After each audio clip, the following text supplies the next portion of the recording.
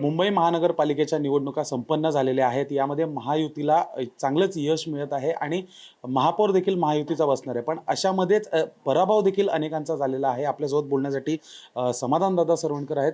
दादा, काही मतांनीच आपला पराभव झालेला आहे. कशी आता पुढची रणनीती ठरवताय आणि काय कारण आहेत पराभव होण्यामागे? पहिली तर गोष्ट मी माझ्या मतदारांचे खरंच आभार मानतो की ज्या प्रकारे आज त्यांनी मला मतदान दिलेलं आहे. एवढं सगळ्या म्हणजे माझ्याकडे मराठी वस्ती सर्वात जास्त असून देखील आज 2 कुटुंब किंवा 2 भाऊ एकत्र आल्यानंतर देखील फक्त 500 मतांनी आज पराजय झालेला आहे. ठीक आहे, काही वेळेला भावनिक गोष्टी होतात. आज तरी देखील कामाची जाण ठेवून आज 15,000हून अधिक मतदारांनी आज माझ्या पाठीशी खंबीरपणे ते उभे राहिले आणि मला यावेळेला मतदान केलेलं आहे. पण त्यासोबतच काही वेळेला काही पराजय होतातच, काही गोष्टी आपल्यातच असतात. तसंच आमच्या इथे काही वेळेला आज महायुतीच्या उमेदवार म्हणून ज्या वेळेला मी लढत होतो, एक पहिली चांगल्या प्रकारे महायुतीची साथ मिळाली होती. पण नंतरच्या काळात काही एक भाजपची जी काही एक जुनी जी काही एक टोळी होती, ज्यामुळे आज लोकसभेमध्ये आपल्याला जो काही पराजय झाला ह्या परिसरामध्ये, तसंच विधानसभेला देखील विधानसभेला देखील विधानसभेमध्ये पराजय झाला.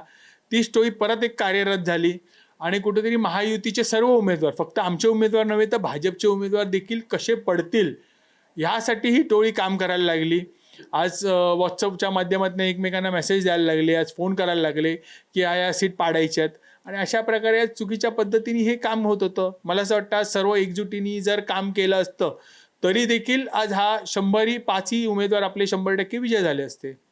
अर्थातच काही महिने आधीच विधानसभेच्या निवडणुका झालेल्या आहेत. त्यामध्ये आपले वडील आहेत, त्यांचा देखील पराभव झाला.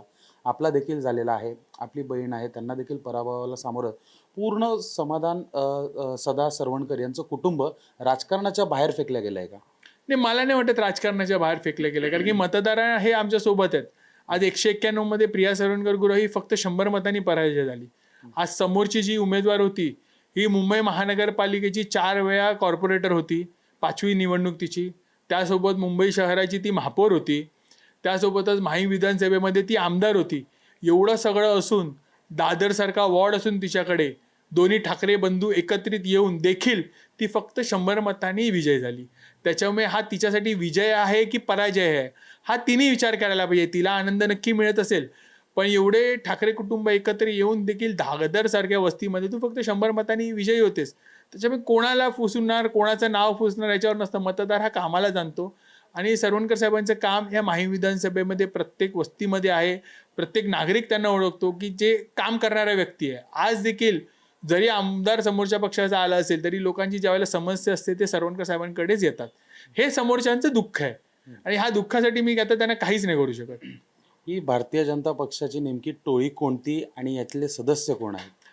लोकसभेमध्ये अनेकांनी ती टोळी बघितली असेल, विधानसभेमध्ये देखील हीच टोळी कार्यरत होती. पण भारतीय जनता पक्षाचे बाकीचे जे काही कार्यकर्ते आहेत विधानसभेमध्ये, खरंच एकनिष्ठेने काम करतात, खूप चांगल्या प्रकारे काम करतात.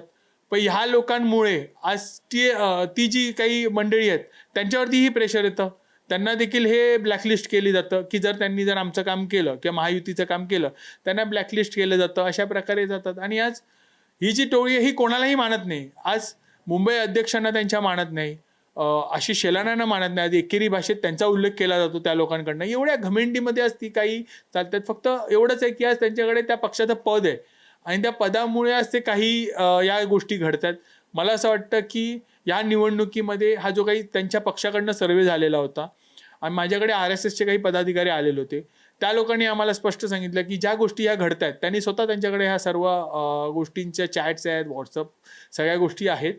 ह्या गोष्टी आम्ही वरिष्ठांपर्यंत पोहोचवणार आहोत आणि ह्याच्यासाठी कारवाई करण्यासाठी आम्ही सांगणार आहोत. अर्थातच भारतीय जनता पक्ष संपूर्ण पक्षामध्ये मुंबई असेल, महाराष्ट्र असेल की देशात 2 प्रकारचे त्याच्यात एक छुपे गट आहेत. एक अशी लोक जी नव्याने पक्ष प्रवेश करून आलेली आहे आणि काही अशी लोक जी जुनी आहेत आणि मात्र त्यांना कुठेतरी डावललं जातं प्रत्येक वेळेस.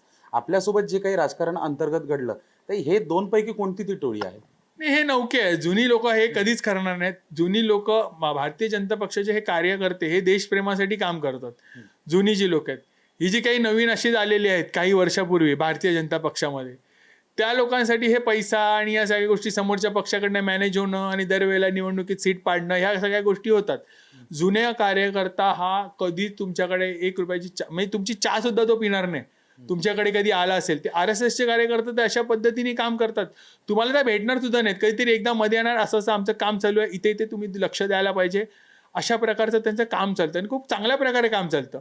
पण ही जी काही नवीन जी टोळी आहे, ती अचानक भाजप प्रेम त्यांचं किंवा अचानक भाजपचे पदाधिकारी होतात, ह्यांच्याबद्दल हे आमचे आक्षेप आहेत. आणि ह्यांनी वारंवार लोकसभेला देखील, विधानसभेला देखील आणि आत्ता महापालिकेला देखील, बघा आमच्या सीट पाडणं इथपर्यंत ठीक होतं, आज ते भाजपच्या देखील सीट पाडायला पुढे मागे बघत नाहीत. म्हणजे एवढी हिंमत त्यांची वाढली आहे की आज कुठेतरी त्यांच्या देखील सीट पाडल्या तर आपणच इकडे राहू, अशा प्रकारची आज त्यांची मेंटॅलिटी झाली आहे. आणि मला असं वाटतं की कुठेतरी आज त्यांच्यावरती, आज वरिष्ठांना देखील त्यांच्या ह्या सगळ्या गोष्टी कळलेल्या आहेत, त्यांच्यापर्यंत हे सर्व मेसेज पोचलेले आहेत. आणि त्यांच्यावरती मला असं वाटतं लोकसभेच्या आधी किंवा आता जे काही मधला वेळ आहे याच्यात त्यांच्यावरती कारवाई होऊन काहीतरी याच्यावरती योग्य निर्णय आज घ्यायला लागणार, जेणेकरून लोकसभेमध्ये आपल्याला परत एकदा आपला NDAचा एक खासदार या लोकसभेमध्ये येऊ शकतो. पण मात्र आज दिल्लीमध्ये काही भारतीय जनता पक्षाचे पदाधिकारी किंवा वरिष्ठ नेते मुंबईचे जे आहेत ते गेलेत आणि त्यांनी अशी तक्रार केली आहे की आपण शिवसेनेला, शिंदेंना आपण जास्त जागा दिल्या पण त्यांच्या कमी निवडून आल्यात आणि तुम्ही असं म्हणताय की माझी सीट पाडण्यात आली. नेमकं हे राजकारणाचा कल जातोय कुठे? एकीकडे असे आरोप करतायत भारतीय जनता पक्षाचे वरिष्ठ नेते थेट केंद्रामध्ये आणि मात्र दुसरीकडे तुम्ही मुंबईतनं असं बोलत आहात. नाही, मला नाही असं वाटत. जे काही वरिष्ठ आहेत त्याच्यावरती उत्तर देऊ शकतात. पण महायुती म्हणून मुंबईत सर्व एकमेकांचं काम करत होते. काही ठराविक लोक असतात ज्यांना ही महायुती बघवत नाही किंवा एकमेकांच्या, मी आमच्या इकडचं सांगतो की ते माझी सीट पाडण्यापर्यंत ठीक होतं, आज स्वतःच्या पक्षाची देखील सीट पाडण्यासाठी पुढे मागे बघत नाहीत. मग ही लोक कोणती आहेत? यांची ही मानसिकता कुठली आहे की स्वतःचे भाजपच्या सीट सुद्धा ह्या पाडायच्या? त्याच्यामुळे ही मला असं वाटत नाही हे भाजपची लोक आहेत. हे फक्त भाजप हा पक्षाचा वापर करतात किंवा भारतीय जनता पक्षाचं पद घेऊन आतमधून भारतीय जनता पक्षाला कसं पोकळ करता येईल यासाठी काम करतात. अर्थात एक शेवटचा प्रश्न, काही आठवडे आधीच आपलं विवाह सोहळा संपन्न झालेला आहे आणि या प्रचाराच्या दरम्यान आपली एक व्हिडिओ व्हायरल झाली होती तुमची आणि तुमच्या बायको यांची, की तुम्ही प्रचाराला एकत्रित जात आहे आणि प्रचंड ती व्हिडिओ व्हायरल झाली होती. नेमका ज्यावेळेस निकाल समोर आला त्यावेळेस तुमच्या दोघांमध्ये काय बोलणं झालं? वहिनी साहेबांचं याच्यावर काय मत आहे की ज्या प्रकारे पराभव झाला त्यांचं काय मत आहे? नाही, ती निवडणूक असल्यामुळे पराजय आणि विजय हा तर होतच असतो. ठीक आहे, एकमेकांना आपण साथ द्यायची असते. येणाऱ्या काळात देखील जसं ह्याच्या आधी काम करत होतो, अजून दोघांनी काम करायला पाहिजे असं दोघांची त्यांची देखील तेवढीच इच्छा होती. मलाही वाटतं की अजून आपण काम करायला पाहिजे. कारण की कसं झालं बघा, एक कुटुंब, ठाकरे कुटुंब ज्यावेळेला एकत्र आलं, मला वाटत होतं की प्रत्येक ठिकाणी आज त्यांनी किमान 4 ते 5 हजारांनी ते विजय झाले पाहिजे होते, मराठी वस्तीत तरी. तिथे देखील ते 100, 150, 200 मतांनी आज ते विजय होत आहेत.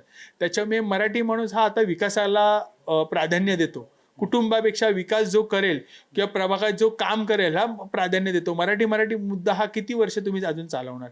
हा मराठी माणूस सुद्धा हुशार झालेला आहे, तो सुद्धा एज्युकेटेड झालेला आहे. त्याला देखील माहिती आहे की आपण किती वर्ष ह्यांच्या या राजकारणाला आपण बळी पडायचं आहे. त्याच्यामुळे जो विकास करेल त्याच्या बाजूने ते उभे राहतात. आणि मला वाटतं मुंबईमध्ये एक चांगला महायुतीचा महापौर आता बसतोय आणि येणाऱ्या काळात खूप चांगल्या प्रकारे विकास होईल.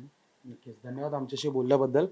तर बघू शकतो महायुतीमध्ये अंतर्गत वाद आहेत अशा बातम्या अनेकदा येत असतात, पण भारतीय जनता पक्षामध्ये देखील 2 वेगवेगळ्या टोळ्या आहेत. एक जी कामासाठी असते आणि दुसरी जी पैशांसाठी कोणाचीही सीट पाडू शकते, मग तो महायुतीचा उमेदवार असो की स्वतः भारतीय जनता पक्षामधला. व्हिडिओ जर्नलिस्ट राजेश धोत्रे सोबत मी शुभम उमाळे, जय महाराष्ट्र न्यूज, मुंबई.